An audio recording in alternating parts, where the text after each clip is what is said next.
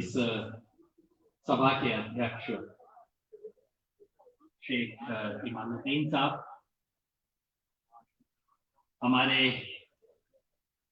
मेजबान और मुझे दिल्ली से घसीट के लाने वाले भाई मानवेंद्र वर्मा जी, हमारे संगठन के जय किसान आंदोलन के एक स्तंभ और अब दिल्ली छोड़ के वापस अपने गांव में आए हमारे कर्नल जयवीर सिंह जी, इस आंदोलन को एक बौद्धिक दृष्टि दे रहे हमारे मनीष भारती भाई,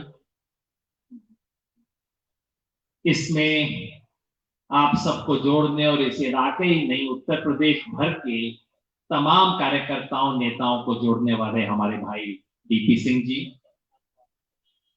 अशोक पवार साहब, भूपेंद्र सिंह जी, सिंधुजा जी, चौधरी ओंकार सिंह जी, कृष्णपाल सिंह जी, सैसरपाल सिंह जी, राजपाल सिंह जी, कॉमरेड जितेंद्र सिंह जी, यहाँ नीलोहा, भैंसा, पड़ोस में मवाना, इन सब इलाकों से आए हुए हमारे इस इलाके के साथियों, बुजुर्गों, भाइयों और बहनों,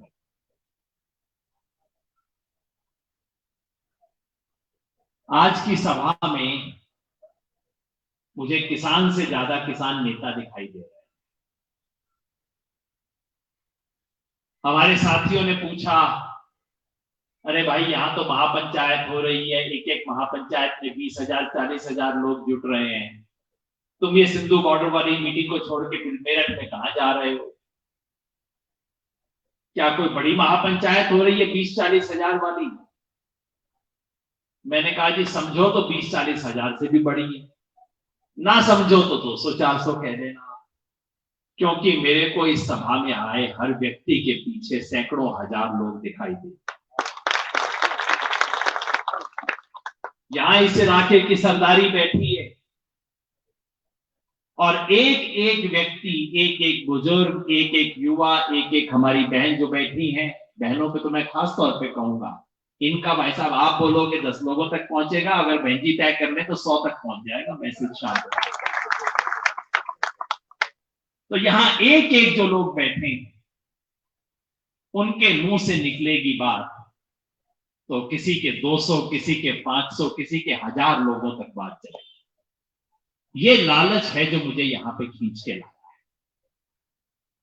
मोदी जी, आप जितना मीडिया खरीद लो, जितना मीडिया वालों की गर्दन पकड़ लो, जितने मीडिया को गोदी में और जेब में बैठा लो, मोदी जी इस दुनिया का सबसे बड़ा मीडिया है मेरा मुंह और आपका कान। ये आप बंद नहीं कर सकते, बड़े बड़े तानाशाह इसको बंद ना कर सकेगी, और ये जब तक रहेगा तब तक आप कुछ भी कर लो, कितना पैसा लगा लो, कितने कानून बना लो, ये आप दबा नहीं सकते। ये लालच मुझे यहां के लाया है कि ये सबसे बड़ा जो मीडिया है ना, आज तक का भी जो पढ़दाता है, मैं तो उससे बात करने जा रहा हूं, उससे आवाज पहुंचेगी। इसलिए भी कि मन में एक लालच रहता है। भाई मानवेंद्र जी ने एक बहुत बड़े आदमी का जिक्र किया, चौधरी चरण सिंह जी। संयोग ये है कि जी मैंने बचपन में उन्हें सुना था। मेरा बचपन राजस्थान के गंगानगर शहर में बीता, पिताजी प्रोफेसर थे वहां, और मेरी कोई 8-1 साल की उम्र रही होगी, 8-10 साल की उम्र। पिताजी ने कहा चल तेरे को एक मीटिंग में लेके जाएंगे। अब मैं क्या समझू जी कौन सी मीटिंग, तो वहां चौधरी साहब की मीटिंग थी। पता नहीं क्यों संयोग था, मेरे पिताजी को लोग वहां चौधरी साहब कहा करते थे, तो मीटिंग में लेके गए साहब। आजकल के नेता मीटिंग में क्या चौंचलेबाजी करते हैं आप देखते ही होंगे, भाइयों बहनों मित्रों ये वो। चौधरी साहब की मीटिंग पता है कैसे शुरू हुई? चौधरी साहब खड़े हुए और कहते भाई देखो, ये जैसे मेरे भाई पीछे खड़े हैं ना, चौधरी साहब ने कहा देख लो भाई, जे तुमने बात सुननी है तो जाओ बैठ, और ना सुननी तो भाई तुम जाओ। मीटिंग की शुरुआत उन्होंने ऐसे की। मैं नहीं समझता आज किसी नेता की हिम्मत होगी इस तरह से बात शुरू करने की। सिर्फ महात्मा गांधी की हिम्मत थी। महात्मा गांधी की भी मैंने एक मीटिंग का टेप ऑडियो सुना दी।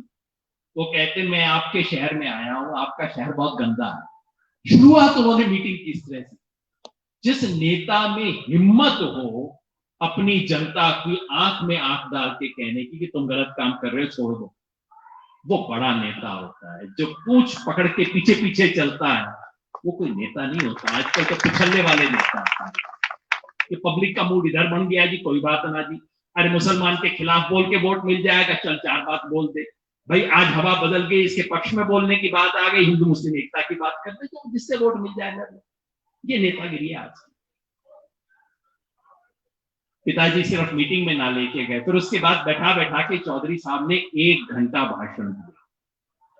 यहां तो बुजुर्ग बैठे हैं, आपको पता होगा, बिल्कुल जैसे स्कूल का टीचर बैठा के क्लास में भाषण देता है कि इस देश की कृषि की यह अवस्था है, गांव की यह अवस्था है, नेहरू ने उद्योग में इतना पैसा लगाया, गांव में ये हो रहा है, ये होना चाहिए, आराम से जैसे बच्चों को समझा रहा होता है ना टीचर, उस तरह से। फिर मेरे को सौभाग्य मिला चौधरी साहब की किताबें पढ़ने का, क्योंकि खाली नेता नहीं थे। मैं कड़वी बात भी कह दूं जी, इस देश का दुर्भाग्य है कि हर गांव देहात के, इस देश के समाज की मिट्टी से उठने वाले हर नेता को उसकी जात वाले कब्जा कर लेते हैं। नेहरू को कोई कश्मीरी पंडित का नेता नहीं बताता, वो देश का नेता। गांधी को कोई गुजराती बनिए का नेता नहीं बनाता, था भी नहीं, और लोग कहते हैं देश के नेता, दुनिया के नेता। लेकिन सरदार पटेल, अब कुर्मी पटेल पाटीदार ने कब्जा कर लिया। डॉक्टर अंबेडकर दलित समाज के नेता बना दिए। इसी तरह चौधरी साहब पे भी कब्जा कर लिया। दुर्भाग्य है इस देश का, क्योंकि चौधरी चरण सिंह में इस पूरे देश के लिए दृष्टि थी। मैंने तो उनकी सारी किताबें पढ़ी और उसके बाद मेरा दिमाग बदला, उसके बाद दिमाग साफ हुआ कि इस देश को समझने की दृष्टि क्या होनी चाहिए। तो चौधरी चरण सिंह को आज हम याद करें तो एक इलाके का नेता नहीं, एक समाज का नेता नहीं, ये पूरे देश और पूरी दुनिया को दृष्टि दे सकने वाला नेता। अमर रहे, अमर रहे। तो आपने तो बहुत बड़ी बात कर दी सर, हम जैसे लोग तो उनके पांव की धूल के बराबर नहीं है। लेकिन एक चीज जो सीखनी चाहिए वो ये कि पब्लिक मीटिंग का मतलब ये नहीं कि जनता का मनोरंजन करके चले जाओ, ताली पिटवा के उठ के चले जाओ। पब्लिक मीटिंग का मतलब है जनता से संवाद करना। मतलब ये है कि बाबूजी जब जाएं इस बच्चे को लेके वापस अपने गांव में, तो 10 लोग जब पूछेंगे जी कहां से क्या बात हुई जी, तो आप आगे जाके 10 लोगों को बता सको कि बैठ जाओ मैं बताता हूं क्या बात है 3 कानून वाली, मैं तुम्हें समझाता हूं। तब तो इसका कोई मतलब। आजकल जो होता है ना, मनोरंजन कर दिया, ताली पिटवा दी, उसके बाद चले गए, इससे हमारे देश का सार्वजनिक जीवन नीचे गया। जो सबसे बड़ा मदारी वो सबसे बड़ा नेता, और मदारीगिरी चलती है यहां तो नेतागिरी के नाम पर। चौधरी साहब से अगर एक बात सीखनी है तो वो ये कि मदारीगिरी नेतागिरी नहीं है।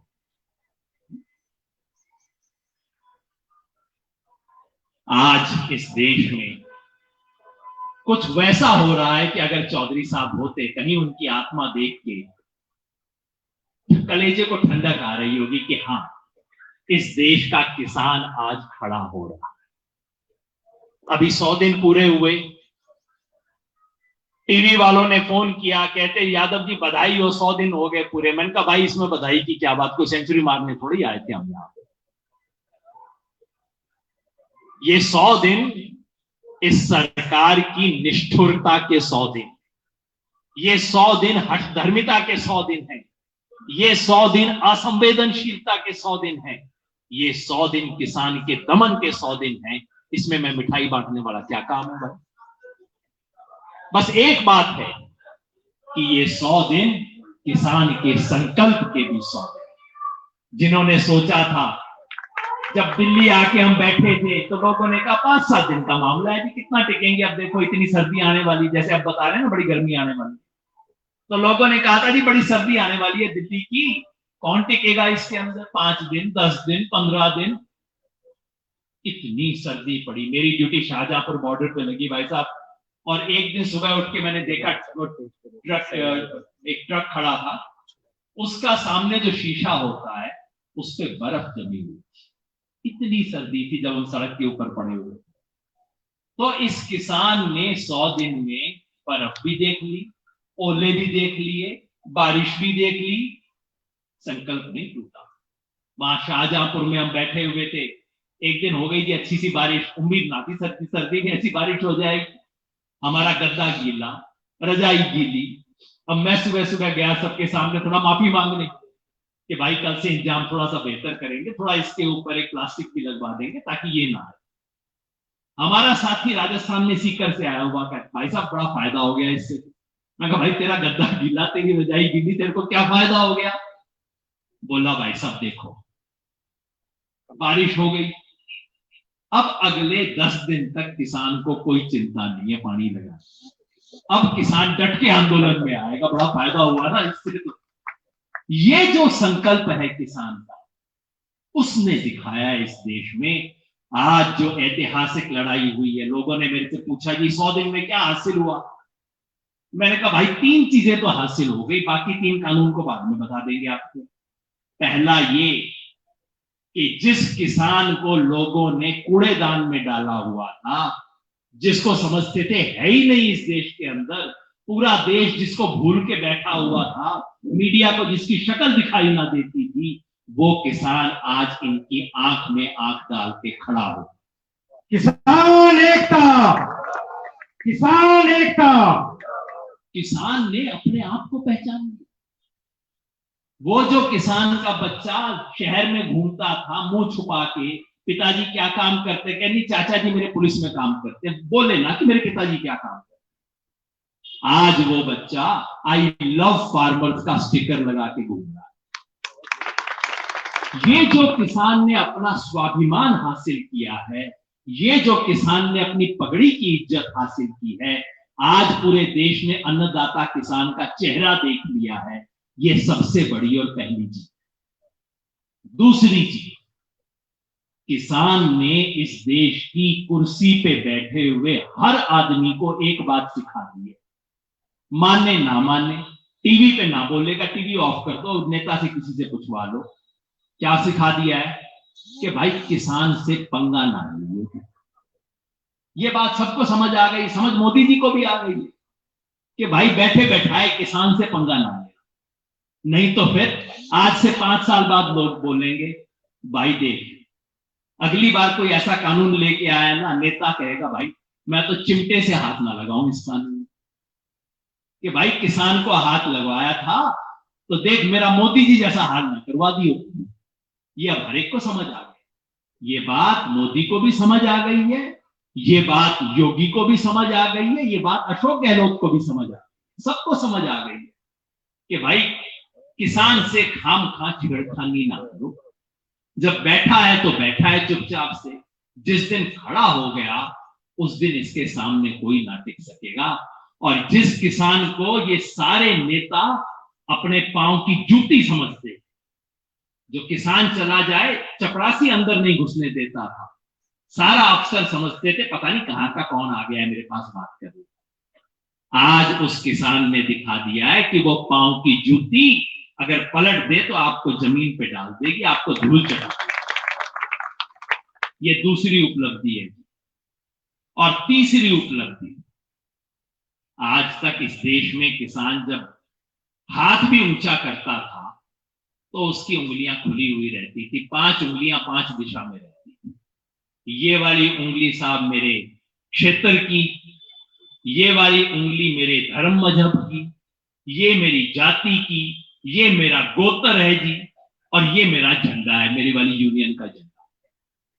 इस आंदोलन ने किसान को मुट्ठी बंद करना सिखा दिया, एकता करनी सिखा दी है। भाई साहब ने जिक्र किया इस इलाके में सबसे बड़ा उदाहरण ये इलाका, जब मुजफ्फरनगर में दंगे हुए उसके बाद कैसी स्थिति आ गई थी, मतलब बोलते मुझे शर्म आती है जो स्थिति आ गई थी इस इलाके में। और इन्होंने सोचा था, बिल्कुल अंग्रेजों वाला खेल है, फूट डालो और राज करो, फूट डालो इलेक्शन जीतो राज करो, ये वाला खेल था। और इन्होंने सोचा था कि एक बार कर लिया अब तो 20-25 साल तो दुकान अपनी पक्की। सिर्फ इस आंदोलन ने उस दीवार को रातों रात खत्म कर दिया, पता नहीं कहां चली गई वो दीवार। इन्होंने हरियाणा और पंजाब को लड़ाने की कोशिश की। जब हरियाणा और पंजाब के किसान दिल्ली की तरफ चलने लगे तो हरियाणा के मुख्यमंत्री ने बोला, ये हरियाणा के किसान पंजाब वालों के साथ कैसे हैं, पानी का फैसला पहला करेंगे। मैंने कहा भाई आप तो अपने आप को राष्ट्रवादी कहते थे। राष्ट्रवादी हूं तो भाई अगर दो मेरे प्रदेश के भाई एक साथ खड़े हो गए, मेरा तो सीना चौड़ा हो जाना चाहिए, मेरा तो छाती चौड़ी हो जानी चाहिए कि हरियाणा पंजाब के किसान अपना अंतर छोड़ के एक साथ खड़ा हो गया। अगर मेरे पेट में मरोड़ आ रही है दो भाई को एक साथ देख के, इसका मतलब है मैं इस देश का प्रेमी नहीं हूं, मैं इस देश को तोड़ना चाहता हूं। पंजाब हरियाणा को तोड़ने की कोशिश की, हिंदू और सिख को तोड़ने की कोशिश। ये बिल्कुल 26 जनवरी के बाद ये दिल्ली के अंदर दोबारा 1984 जैसा कांड करवाना चाहते थे। वो तो हिम्मत है हमारे भाई राकेश टिकैत, और वो तो हिम्मत है इस इलाके के किसान की, हरियाणा के किसान की, कि जहां एक सरदार भाई था उसके साथ दो मेरे हरियाणा और यूपी के भाई आके खड़े हो गए और उन्होंने कहा ये दोबारा हम करने नहीं देंगे।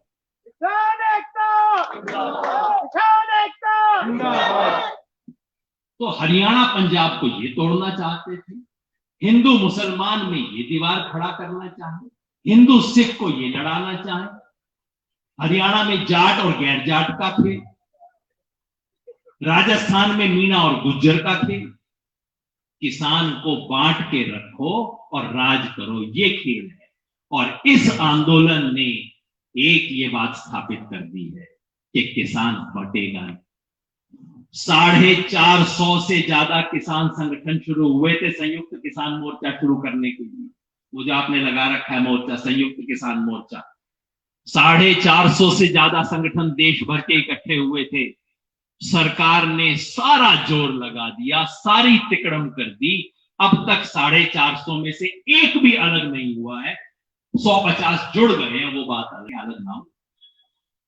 तो किसान को एक होना सिखा दिया, किसान को मुट्ठी बंद करना सिखा दिया। ये इस आंदोलन की तीसरी जीत है। मेरे से फिर कोई पूछता है कि वो सब बात ठीक है यादव साहब, लेकिन 3 कानून तो अभी भी नहीं गए ना। मैं कहा भाई ये भी तू बात सुन ले, ये 3 कानून गए हैं मर। ये सरकार तो छोड़ो, अगली सरकार की भी हिम्मत ना होगी अगले 15 साल तक आने वाले प्रधानमंत्री को, इससे आने वाले प्रधानमंत्री के पास आप 3 कागज लेके 3 कानून लेके जाओगे ना, वो कुर्सी से हटके पीछे हो जाएगा। भाई मेरे को परेशान ना कर, भाई छोड़। किसी सरकार की हिम्मत नहीं होगी इन 3 कानूनों को लागू करने। तो फिर क्या स्थिति है? किसी ने मेरे से पूछा कि भाई साहब अगर आप कह रहे हो तीनों कानून मर ही गए तो फिर आंदोलन काहे को कर रहे हो? मैंने कहा भाई मर तो गए, डेथ सर्टिफिकेट अभी इकट्ठा ना किया, डेथ सर्टिफिकेट लेके जाए। तो किसानों की हिम्मत से ये 3 कानून खत्म हो चुके हैं और ये आंदोलन अब 3 कानून नहीं, इससे आगे बढ़ चुका है। बहुत बड़े बड़े काम ये आंदोलन कर रहा है। ये आंदोलन जीत के जाएगा। ये ऐतिहासिक आंदोलन है, ऐसा आंदोलन है जो एक पीढ़ी में एक बार होता है। इससे पिछली बार मुझे याद है, मैं बहुत यंग होता था जब चौधरी महेंद्र सिंह टिकैत किसानों को लेके दिल्ली आए, तब मैंने एक बार पूरे देश को किसान किसान बोलते हुए सुना। और आज उसके 32 साल बाद फिर देश किसान किसान बोल रहा है, 32 साल के बाद। ये ऐसा आंदोलन है जो एक पीढ़ी में एक बार होता है। और ये ऐसा आंदोलन है जब हमारे अपने तो अब सफेद बाल हो गए, 15-20 साल का मामला, इसमें इधर उधर हो लेगा जो करना है। लेकिन ये जो काले वाले बाल वाले बैठे, ये मेरे जो युवा साथी पीछे खड़े हैं, मेरे भाई जब आप मेरी उम्र के हो जाओगे ना तो आपका बेटा, या जब बाबूजी जैसी उम्र हो जाएगी तो आपका पोता पूछेगा बाबूजी, ताऊजी, दादाजी, ये सब 2021 में जब दिल्ली में आंदोलन हो रहा था तब आप क्या कर रहे थे पूछेगा। और मैं आपको सिर्फ एक ही बात कहता हूं मेरे भाई, ऐसा ना हो जब आपका पोता, आपका भतीजा, भांजा आपसे सवाल पूछे, आपको जूती की तरफ ना देखना, आप सर उठा के बोल सको, बेटा तेरा ताऊ, तेरा चाचा, तेरा बाप, तेरा दादा गाजीपुर बॉर्डर पे खड़ा था।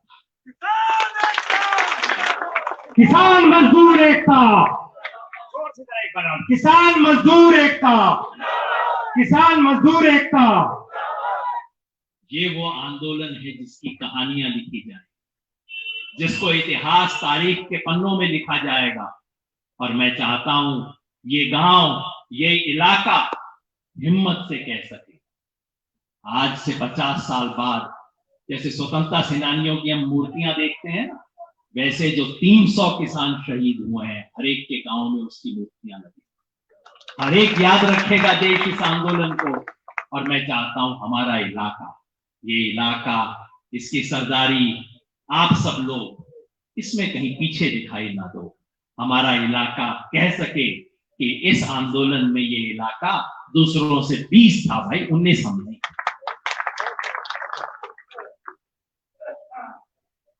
मेरे पे भाई साहब ने एक जिम्मेवारी डाली है, कहा है कि भाई सिर्फ जोश की बात ना, थोड़ा होश की बात भी करो, थोड़ा बताओ भी। और जब मैंने खुद ही चौधरी साहब की बात कही है, तो चौधरी साहब तो इतनी भी ताली ना पिटवाया करते थे। एक आधी बात तो मैंने देखा ज्यादा ताली पिट गई, तो उन्होंने कहा तंग मत करो, बीच में रोको मत, मेरी बात सुनो। वो इस तरह की बात करते थे। सो मैं अब थोड़ा सा बताना चाहता हूं ये सारा मामला है, क्योंकि सच्चाई ये है कि जब मैं जाता हूं अपने इलाके में, हरियाणा में घूमता हूं, तो कई साथी मिल जाते हैं मोर्चों पे, भाई साहब डटे हुए, चिंता ना करो। तो पूछे भाई ये 3 कानून है क्या, बेरोज पता ना है कि क्यों विरोध कर रहे हैं, विरोध जरूर कर रहे हैं, मोदी बड़ा खराब काम कर रहा है, मोदी के खिलाफ। दूसरे के पास जाओ, ना जी बेचारा मोदी बताओ क्या क्या करे, अच्छा ही कर रहा होगा आदमी, तो देखो देश के लिए कर रहा है। भाई ये 3 कानून देखो, ये तो बेरोना, पर मतलब आदमी तो ठीक ही है, काम तो ठीक ही कर रहा होगा। तो जो समर्थन कर रहा है उसको ना पता, जो विरोध कर रहा है उसको ना पता। आधे लोग मोदी के भक्त हैं इसलिए उसके समर्थन में खड़े हैं, आधे लोग उसके विरुद्ध हो गए हैं, वो खड़े। इसलिए मैं चाहता हूं हम सब अपने अपने गांव जाएं, तो हम 2-4 काम की बात कह सकते हैं। शुरू में एक बात आपको ईमानदारी से कह दूं, सच्ची बात यह है कि अगर मोदी ये कानून ना लाता तो दूसरी पार्टी ले आती। सच्ची बात यह है, पिछले 15-20 साल से इस देश में बड़े बड़े दिल्ली के दफ्तर में जो लोग बैठते हैं, बड़े बड़े नेताओं के कान में फूफा करते रहते हैं, ये 15-20 साल से इस मौके की तलाश में थे कि भाई ऐसा कोई कानून बना दिया जाए। क्यों और कैसे, आप ध्यान से सुनो। ये सब लोग जो हैं, दिल्ली के बड़े बड़े बाबू लोग, सब जाते हैं अमेरिका, इंग्लैंड जाते हैं, क्योंकि छुट्टी तो गर्मी की उनकी वहीं मनती है। इस देश की गर्मी थोड़ी बर्दाश्त होती है इनसे। गर्मी की छुट्टी में तो स्विट्जरलैंड, वहां पे लंदन, न्यूयॉर्क, यहां घूम के आते हैं। अब जब बाहर जाते हैं तो ये क्या देखते हैं, खेती तो अमेरिका में भी होती है, खेती कनाडा में भी होती है, खेती इंग्लैंड में भी है, खेती यूरोप में, खेती ऑस्ट्रेलिया में। पर आप जरा सोचो, 100 में से कितने लोग वहां पे खेती करते हैं? अमेरिका में हमारे से ज्यादा बड़ी खेती है, जमीन उनके पास हमारे से बहुत ज्यादा है। 100 में से कितने लोग खेती करते हैं? 3। 100 में से 3 लोग खेती करते हैं वहां। वहां खेती किसान नहीं करता, खेती कंपनी करती है। और एक कंपनी के पास कितनी जमीन? मैं पिछले 1-1.5 साल पहले गया था अमेरिका में, कैलिफोर्निया जगह है, वहां सरदार जी एक मिल गए कि जी मैं आपको अपना फार्म दिखा के आता हूं। चलो जी दिखाओ। मैंने पूछा सरदार जी कितनी जमीन है? कहते जी 50,000 हेक्टेयर है, थोड़ा और लेने की सोच रहा हूं। 50,000 हेक्टेयर, हेक्टेयर का मतलब 2.5 कर लो, तो 1,25,000 एकड़ जमीन थी उसके पास। और कह रहा था जी थोड़ा और लेने का सोच रहा हूं, कुछ और डॉलर आ जाए तो और लूंगा। और कोई नई बात नहीं, अमेरिका में खेती कंपनी करती है, और जो खेत में काम करता है वो उनका मजदूर और कर्मचारी है। किसान नामक चीज कोई नहीं है। कंपनी है, मजदूर है, बीच में किसान नहीं है। वो खेती कर, पैदावार हमसे ज्यादा है, लेकिन किसान के लिए जगह नहीं। तो ये जो हमारे नेता हैं, हमारे बड़े बड़े अफसर हैं, ये कहते हैं कि भाई देखो हम भी हिंदुस्तान को अमेरिका जैसा बना देंगे, ऐसी खेती होगी, इतना बड़ा होगा। मैं पूछता हूं भाई, बहुत अच्छी बात सोच रहे हो, मेरे को एक बात बता दो, आपके देश में 100 में से कितने लोग खेती पे निर्भर हैं? हमारे देश में खेती में लगे हुए जो परिवार हैं वो 100 में से कितने हैं लोग? अंदाजन 60 के करीब। 45 सीधे कर रहे हैं, बाकी मतलब इनडायरेक्टली कर रहे हैं, मिला मिला के 100 में से 60 लोग। मैंने कहा भाई तुम बना दो अमेरिका, बहुत अच्छी बात है, मेरे को ये बता दो कि 60 में से 3 तो करेंगे खेती, बाकी 57 कहां जाएंगे? उनको कहां भेजोगे? कुछ सोचा है आपने? ये बाकी 57 लोग खेती में कहां जाएंगे? इनको इंग्लैंड भेजोगे, इनको बांग्लादेश भेजोगे, इनको समुद्र में डुबो दोगे? कोई योजना सोची है आपने इसके बारे में? कुछ नहीं। अमेरिका इंग्लैंड बना, पिछले 15-20 साल से इस देश की बड़ी बड़ी कंपनियां आके सरकार को कह रही हैं कि भाई खेती में आप हमें आने दो, अमेरिका इंग्लैंड की तरह, हम आपको खेती ठीक करके दिखाएंगे, इसमें मुनाफा बढ़ेगा, इसमें एक्सपोर्ट बढ़ जाएगा, इसमें उत्पादन बढ़ जाएगा। बस एक ही दिक्कत है बीच में। दिक्कत क्या है? ये जो किसान है ना, ये बीच में आता है। वो कह रहे हैं किसान समस्या है, बाकी आप हमारे को हाथ में दो, हम पूरी खेती इस देश की ठीक करके दिखा दें। तो कंपनियों को क्या चाहिए? वो 3 चीज मांग रहे हैं। कह रहे हैं कि जी हम आने को तैयार हैं, अंबानी कहता है, अडानी कहता है, सब कहते हैं कि जी हम खेती में आना चाहते हैं, मगर हमारे पास 3 दिक्कत है, आप 3 दिक्कत को खत्म करवा। पहला, आपने इस देश में ऐसे कानून बना रखे हैं कि मैं जमीन सीधे खरीद नहीं सकता, जमीन हमारे यहाँ कंपनी तो खरीद नहीं सकती। तो उन्होंने कहा कि या तो हमें जमीन खरीदने दो, या मेरे को ऐसा कोई इंतजाम करवा दो जिससे मैं 10,000 20,000 एकड़ में सीधी खेती करवा सकता। अडानी अंबानी कहता है कि जी मैं आऊंगा तो मैं 10 एकड़ की खेती तो ना करूंगा, मैं आऊंगा तो 10,000 एकड़ से कम तो क्या करूंगा, उतना तो मतलब मेरी जेब में भी गिर जाए, चवन्नी गिर जाए, उठाते नहीं ना आजकल। तो अंबानी अडानी कहता है कि भाई 10,000 एकड़ से कम तो मैं क्या खेती करूंगा, या तो मेरे को खरीदने का दे दो, नहीं तो कोई इंतजाम कर दो जिससे मैं सीधी 10,000 एकड़ की खेती करवा सकूं। पहली बात। दूसरा, वो कहते हैं कि जब फसल हो जाए उस फसल को मैं कहां बेचूं, ये आप मेरे पे छोड़ो, ये आपकी मंडी में मुझे ना जाओ। आपकी मंडी के अंदर लाइसेंस की दिक्कत, आपकी मंडी में मेरे पे टैक्स भी लगता है, ये मुसीबत वो मुसीबत, मैं जी अपनी फसल अपने आप बेचूंगा, जहां बेचनी है मैं बेचूंगा। दूसरी बात। तीसरा,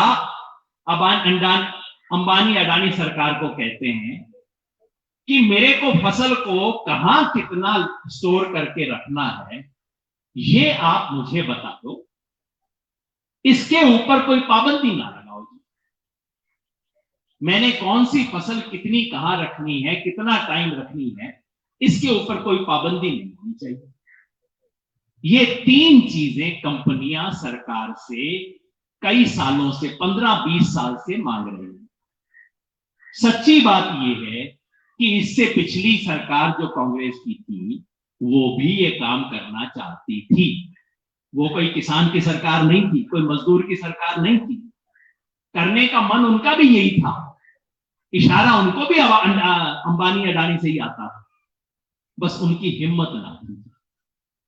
हमारे मोदी जी को अच्छे काम करने की भी शायद हिम्मत है, बुरे काम करने की भी हिम्मत है, और इनको लगा कि ये महामारी है, कोरोना वायरस है, पूरी दुनिया का ध्यान उस तरफ है, तो कहते हैं ना धूल में लठ मारो और काम चला, तो क्या पता लगेगा, जब तक धूल बैठेगी तब तक काम निकाल लेंगे।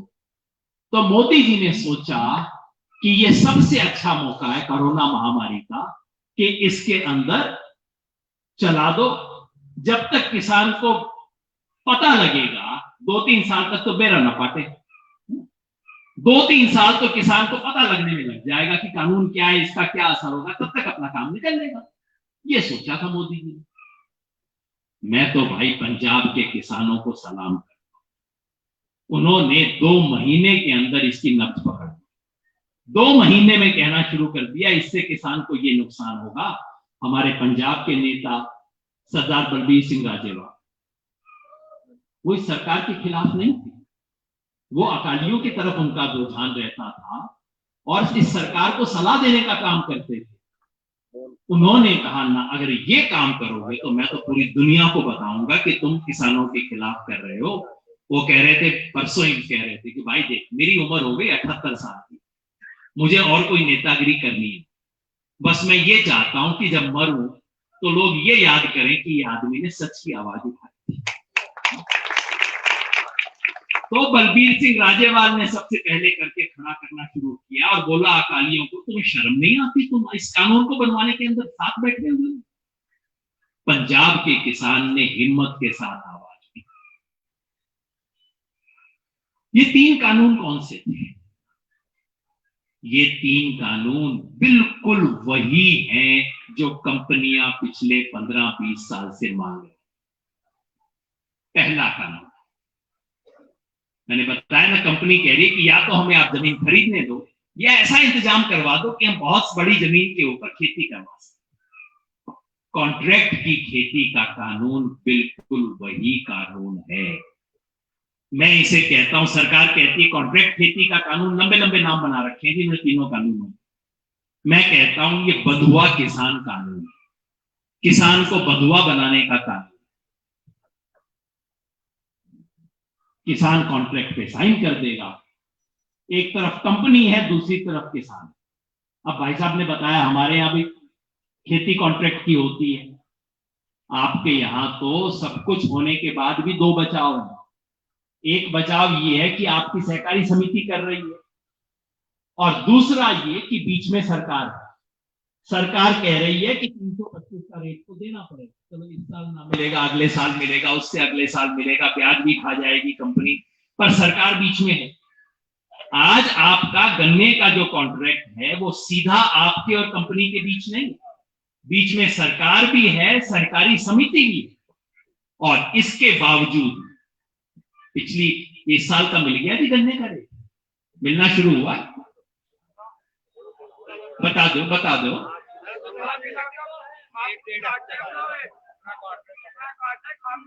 जी, पिछला कब तक का मिल गया?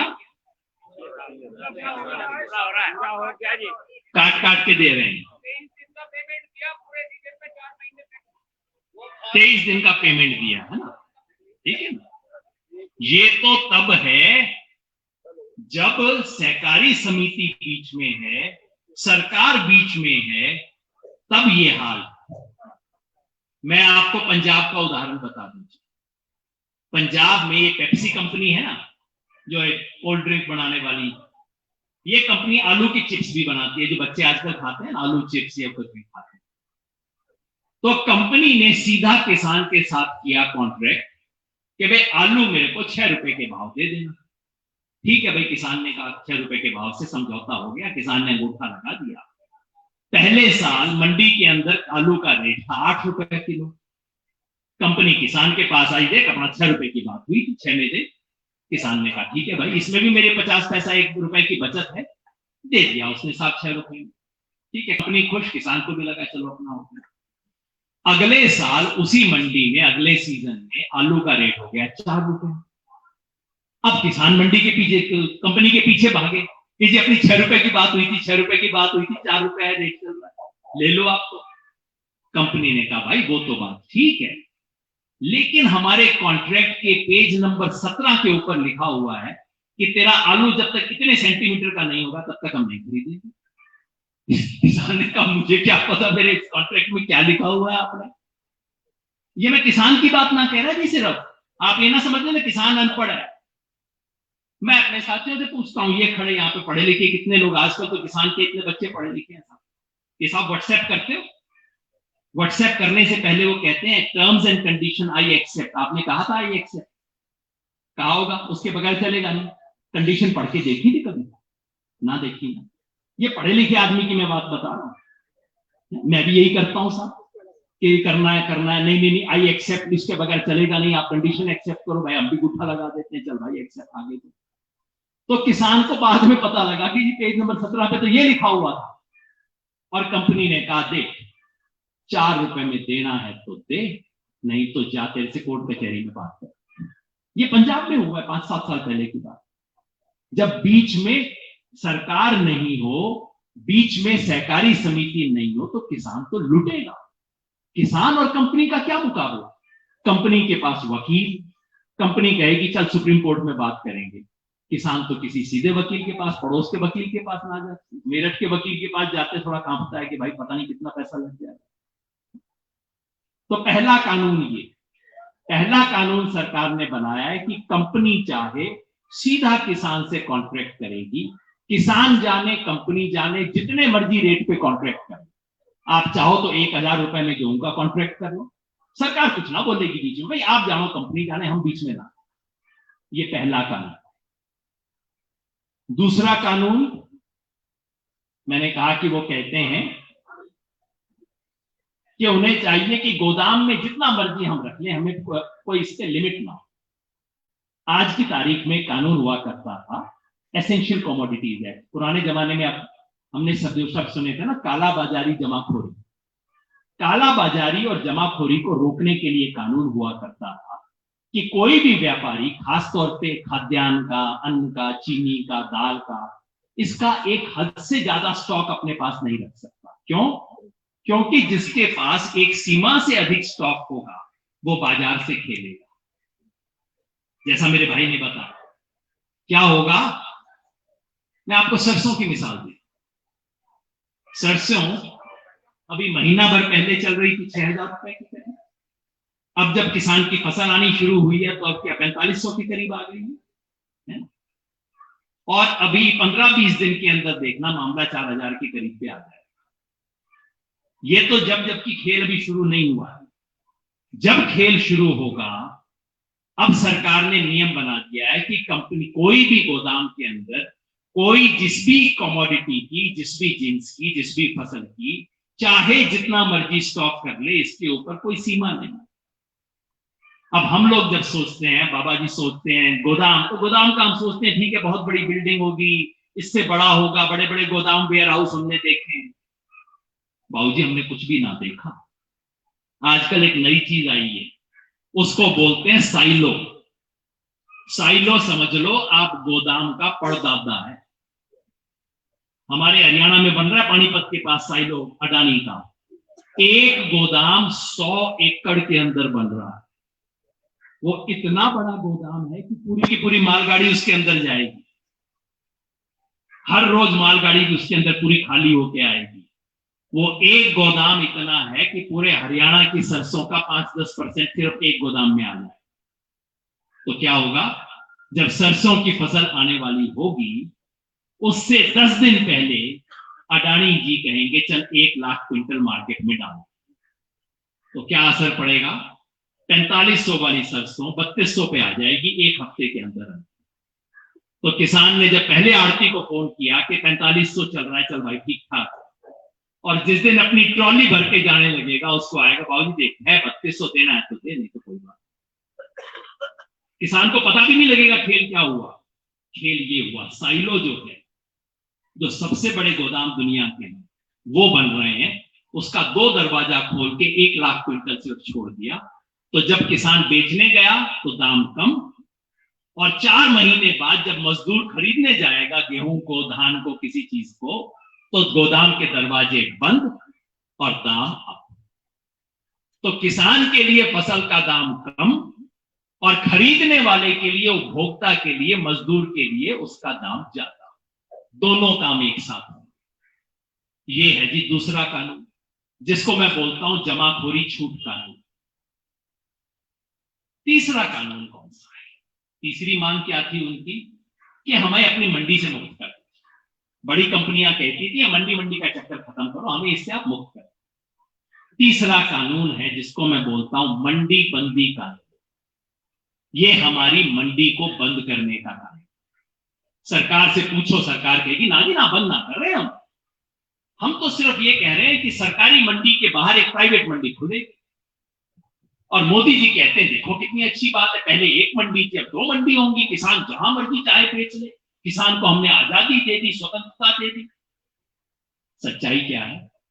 सच्चाई ये है कि मंडी के अंदर लगेगी शुल्क, मंडी के बाहर कोई शुल्क नहीं लगेगा। अब आप बताओ किसान अपनी फसल कहां पे बेचेगा?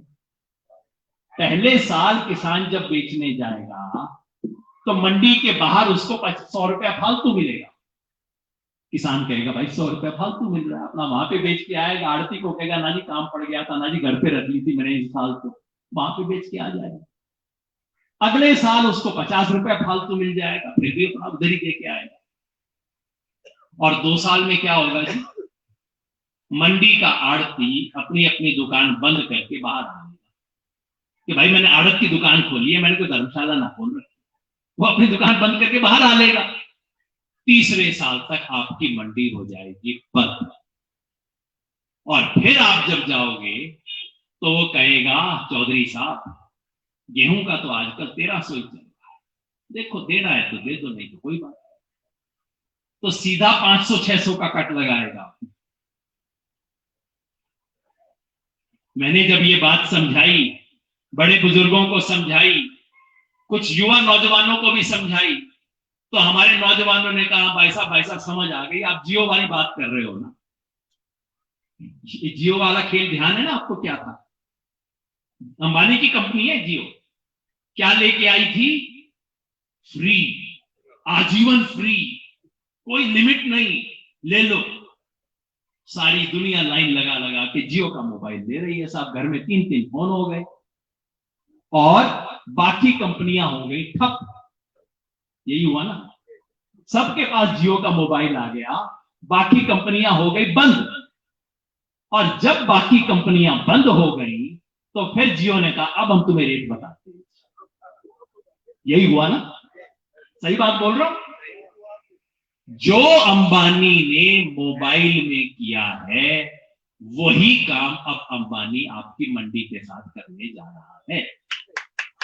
देखिए, हथेली बजाने की बात नहीं है ये, बहुत पहले 2 साल सब कुछ अच्छा रहेगा, किसान को लगेगा हाँ भाई देख ले तेरा काम चल रहा है, और तीसरे साल तक मंडी हो जाएगी ठप।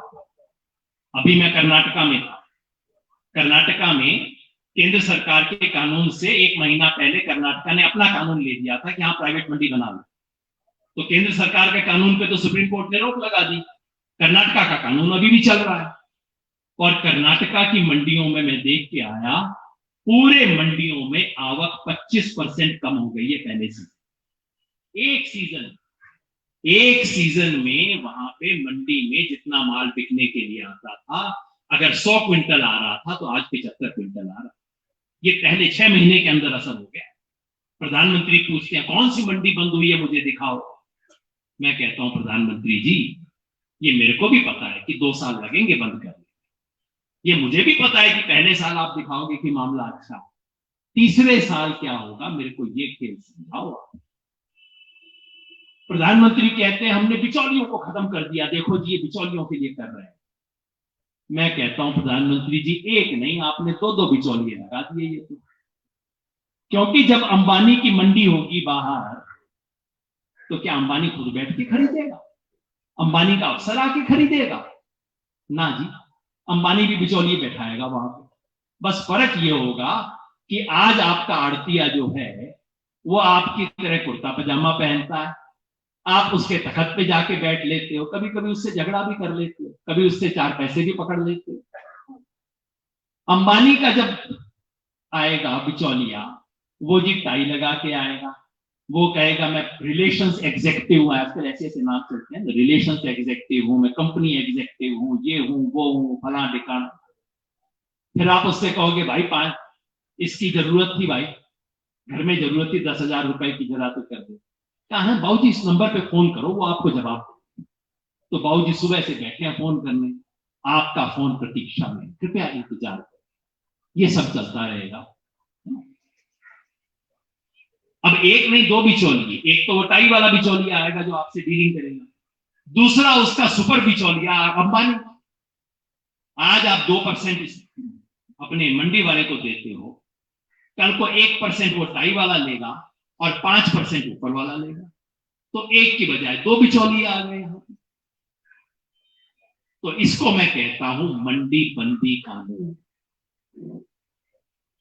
तो कुल मिला के क्या, इन 3 कानूनों के जरिए सरकार किसान की घेराबंदी कर रही है, हमारे बच्चों के भविष्य के दरवाजे बंद कर रही है। मंडी बंद हो जाएगी तो जो सरकारी रेट पे खरीद है वो बंद। अगर सरकारी रेट पे खरीद बंद हो जाती है तो राशन की दुकान में जो गेहूं चावल मिलता है वो भी बंद, वो भी वहीं से ही आता है, कहीं बाहर से नहीं आता, क्योंकि पाकिस्तान बांग्लादेश से नहीं आता, वो हमारी खरीद से ही आता है। राशन की दुकान बंद, किसान की किस्मत कॉन्ट्रैक्ट में बंद,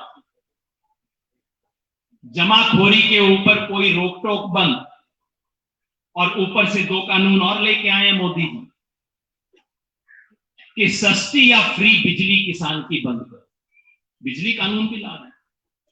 केंद्र सरकार कह रही है कि कोई भी राज्य सरकार अपनी जेब से भी किसान को सस्ती या फ्री बिजली नहीं दे सकती। अब आप सोचो, केंद्र सरकार की जेब से नहीं जा रहा, मगर केंद्र सरकार कानून ला रही है कि लखनऊ की सरकार, जयपुर की सरकार अगर अपनी जेब से किसान को सस्ती या फ्री बिजली देना चाहती है तो इस पे पाबंदी लगाई जाएगी। ये भी बंद, और सारा बंद करके एक कसर रह गई थी कि किसान अभी तक बंद ना हुआ, तो मोदी सरकार ने उसका भी इंतजाम कर दिया जी। वो पराली के लिए कानून लेके आए कि पराली का धुआं आया, दिल्ली तक पहुंचा, और अगर सरकार को लगा कि आपने पराली जलाई है तो कितना जुर्माना, 1 करोड़ का जुर्माना। मैंने तो पहली बार सुना, मैंने कहा भाई तेने जीरो ठीक से गिनी ना होगी, 1 लाख होगा, 10,000 होगा जुर्माना, 1 करोड़ का जुर्माना और 5 साल की कैद। 5 साल की कैद पराली के धुएं के लिए। दिल्ली के अंदर ले लेके गाड़ियां जो घूमते हैं, एसी गाड़ी, उस पर कोई जुर्माना, किसान पे 5 साल की कैद। तो ये सब बंद। तो किसान ने कहा मोदी जी आप क्या बंद करोगे, मैं आपको बंद करके दिखाता हूं। एक कबीर का दोहा है, माटी कहे कुम्हार से तू कित रौंदे मोए। मट्टी कुम्हार से कहती है, कुम्हार यूं यूं करके करता है ना मिट्टी को, तो मट्टी कुम्हार से कहती है तू कित रौंदे मोए, एक दिन ऐसा आएगा मैं रौंदूंगी तोए। यही बात किसान ने मोदी जी को कही, मोदी जी तुम क्या बंद करते, मैं तुम्हें बंद करके दिखाता हूं।